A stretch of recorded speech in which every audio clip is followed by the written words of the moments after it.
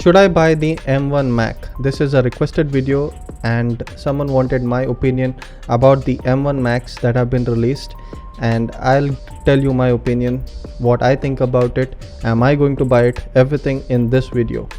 So the M1 Macs are out, and as you know, there are three versions. One is the MacBook Air that has the M1 chip in it, and then there is the MacBook Pro 13 and the Mac Mini.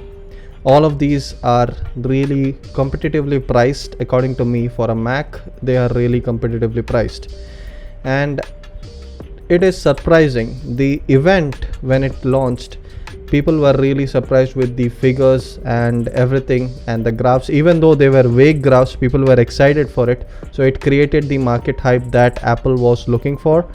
And the result, did it actually fare to the hype? Well, I say it did, because I was really surprised at how much power this thing had, and it shows how good Apple can do if they are controlling everything from the hardware to the software, the optimization they can create, the integration they can create when they are doing the entire thing. So it was really surprising. The processor is so good that, on the peak load, the maximum power it will consume is from 27 to 35 watts. This is the normal resting for some processors from other competitors, so that is really impressive. So the one result you get from it, what are the good sides of this M1 Mac? The one result you get from it is obviously battery life. People are impressed with the battery life. The Mac already, even in the i5 and the other versions, my version, I'm really happy with the battery life. Never had I complained about the battery life. Yeah, of course, some updates can screw it up, like the BigSur update screwed it up. That was in the previous video if you haven't watched it. So that can happen, but other than that, the battery life of the Mac is always killer. This has taken it to a leap that I never thought was possible. Now Apple is quoting 20 hours. People are realistically getting 15 to 18 hours of mixed usage. Some people have even hit the 19 to 20 hour mark and surpassed even what Apple has got with certain tweaks. So that is really impressive, and it doesn't surprise me when your chip is only consuming 27 to 35 watts on peak load. That means that it's just sipping power away, and you are going to last a really long time. So that is the good side. The second advantage for the M1 Mac is the processing power. The processing power on iPads were already, the iPhones and iPads were already impressive. So converting that into a laptop, it is going to be impressive. So you have things like handling multiple 4K videos at the same time, and it barely breaks a sweat, things like that happening. Of course, it has to be in Apple codec, but give them the benefit of the doubt, it's still good. So that is impressive how they have done all that. They have squeezed the power out of this chip. What are the downsides? Yes, I am going to give you the bad sides also, what I didn't like. First thing is, if you are giving such a major overhaul to your guts of the computer, why not create a new design? This is a 10-year-old design. I am not complaining about the design, it's a beautiful design, but it's 10-year-old, it has big bezels. Change it. Apple, why not change it? Give us a new design, it doesn't hurt you much.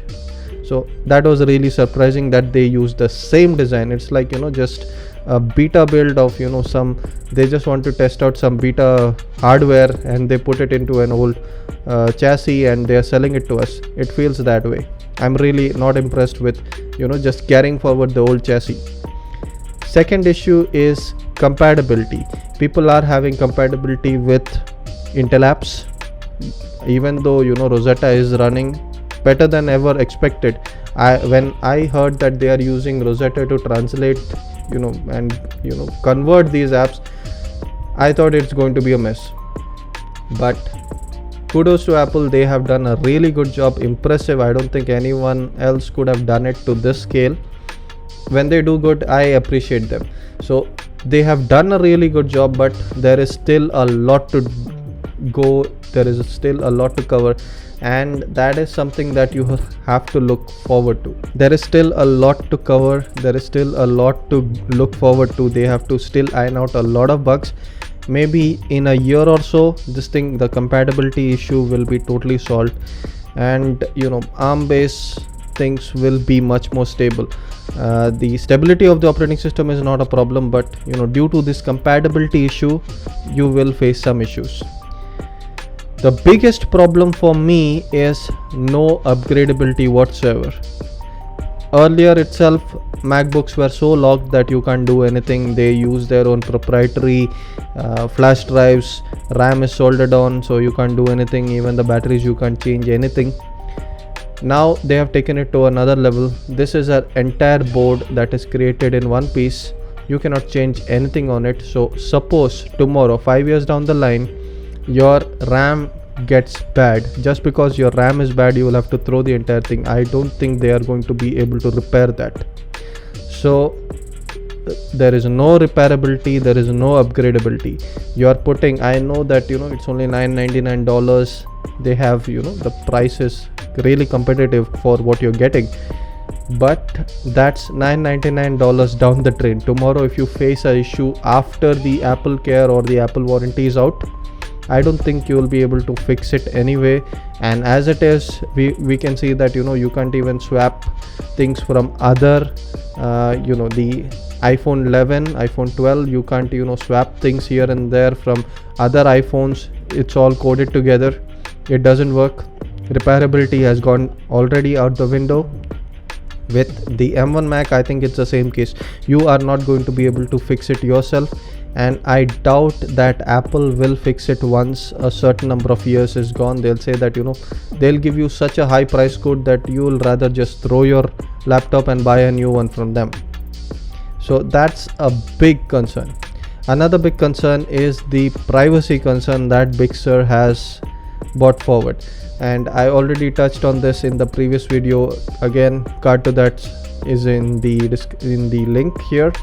So the BigSur operating system, people notice that it is sending out all the logs of how many times you're as soon as I open internet or whatever, any application I'm opening, it is sending out a log. That is not good, and it is sending out in clear text. Second, it is not just sending out to Apple, it is also sending out to one third-party company which I'm not going to mention because I don't want to get sued, but that they are doing. It's out on the internet, you can go search for it. This is something that is unacceptable. When I'm paying such a high price for a laptop, I'm getting it, I'm paying for it, it should be mine. My data which I create on it, it should be mine. It's not for the company who created it. All the data I create on it, it's not your data to mess around with. So you sending out these things, it's a big concern. It's a big privacy nightmare. I didn't expect this from Apple. They say that they're all about privacy and stuff, and now they do this kind of things. I don't know. That is a shady move to me, and they didn't even announce it. This was caught. So that is something that is really shady. I'm sure there will be lawsuits out for it, and everything is gonna go take its own course. So just wait and see the drama that's gonna unfold after this. Maybe that's what they want. Maybe they want that PR. I don't know what their move is. Anyways, that was my take on the M1 MacBook. If you want to buy the M1 MacBook, it's your money, you can go ahead and buy it. But what I would suggest, and what I'm personally doing, is I'm waiting for the next generation. Possibly what they're going to do is they're going to change the chassis, because it is time for an overhaul. Second, this is just 4 cores. Imagine what they will do if they had put 8 power cores, or the next generation, the truly power PCs that they are going to bring. That is going to just tear things apart, and I'm waiting for that, because that is already, this is really good operating, this is good power. The next version, I'm sure it is going to just blow things out of the water, and that's the one I'm waiting for. And especially what I know What I think is they are also going to bring about some difference in the chassis, maybe less bezels. Come on, it's 2020 and you're giving me such thick bezels. Why? Once all these things are fixed, of course the next generation I am also going to buy it. It's time for me to upgrade. I'll get a new one, but till then I would suggest hold off unless it is today you need to buy a Mac. Then there's no other way to look at it. Get the M1. If you're buying a Mac today, you cannot wait for the next generation, get the M1, whatever suits your boat. But all three are good. If you want portable, you can get either one of both the two laptops. If you want a fixed desktop version, then get the other one, the mini. You will be happy with either.